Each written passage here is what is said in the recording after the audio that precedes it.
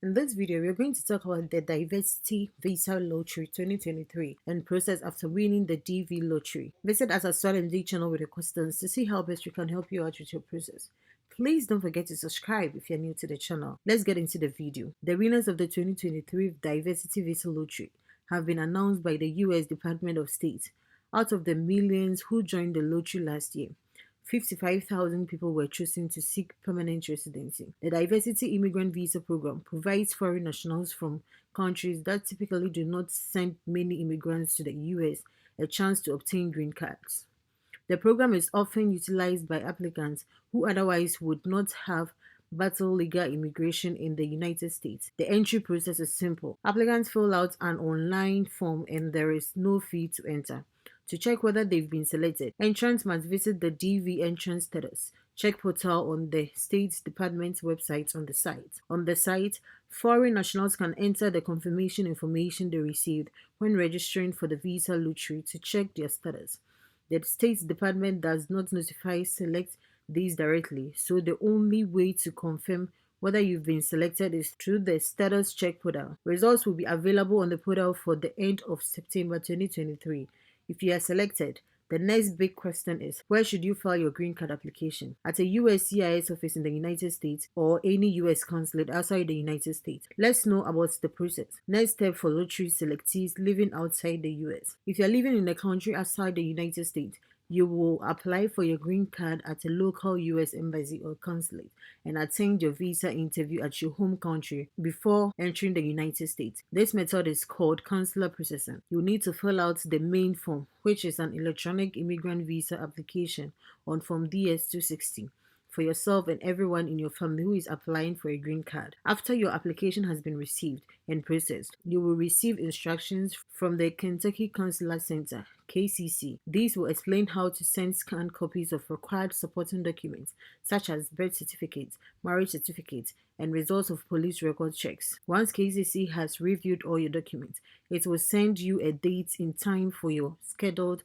interview through the eDV portal. You will also receive instructions on what to bring to the visa interview and how to schedule your medical exams. At the consular interview, you will pay the visa application fee. The U.S. Consular Office will interview you, review your file, and determine whether you are eligible for the Diversity Immigrant Visa. You should attend the consular interview even if you were missing documents, as there might not be more interviews available before the September 30th deadline. The visa must be issued by September 30th following your interview. If you are missing documents, the officer will give you an opportunity to obtain them, but you must still get them turned in quickly before all 50,000 of the year's available visas are issued. The visa must actually be printed by September 30th, and it cannot be printed until your file is complete. Your visa will usually be valid for 6 months, and you must travel to the US before it expires. The fees for your DV must be paid at the embassy or consulate prior to your interview. Before you do this, double check that you are still eligible for a DV, because the visa application fees are high and will not be refunded if you do not qualify. Start by checking the FAQ section of the DV instruction page. Primarily, applicants must meet the educational requirements of their visa and must not have criminal conviction that results in ineligibility. If you aren't sure about whether you meet the minimum qualifications, an experienced U.S. immigration attorney can advise you. One of the main reasons applicants fail to qualify is because of errors in their DV registration that results in automatic disqualification at the visa interview. For example, DV applicants often reuse the same information to register year after year and forget to add new family members to the application. If your DV application did not include your spouse and all the children under 21 born to you and your spouse at the same time for registration, your visa will be denied. This even includes children you do not plan to take with you to the United States, such as your children from a former marriage or stepchildren. If you were married or had children born after you registered, however, these family members can be added to your application. They will all need valid passports by the time of your consular interview. Steps for lottery selectees living in the United States. If you're living in the United States now, you can either attend your interview overseas or possibly object to your status in the US and get your green card without leaving. In other words, send your application to a USCIS service center and attain your interview at a local USCIS office. If you are in the US on the student visa or work visa, this could be more convenient option, but the filing fees can be more expensive and the wait times could be longer.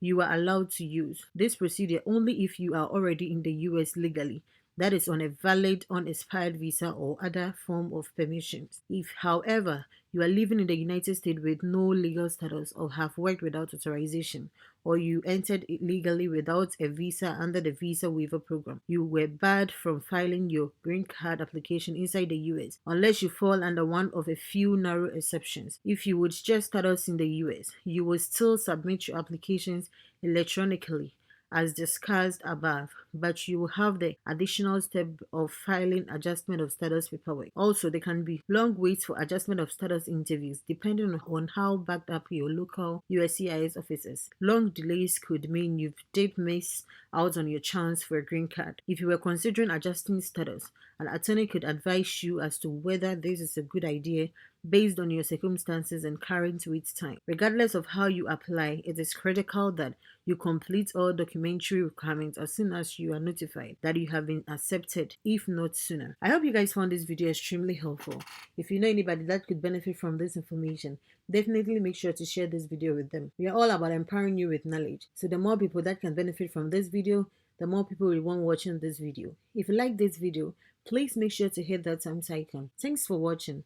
And don't forget to subscribe and hit on the notification bell for more immigration updates. Bye!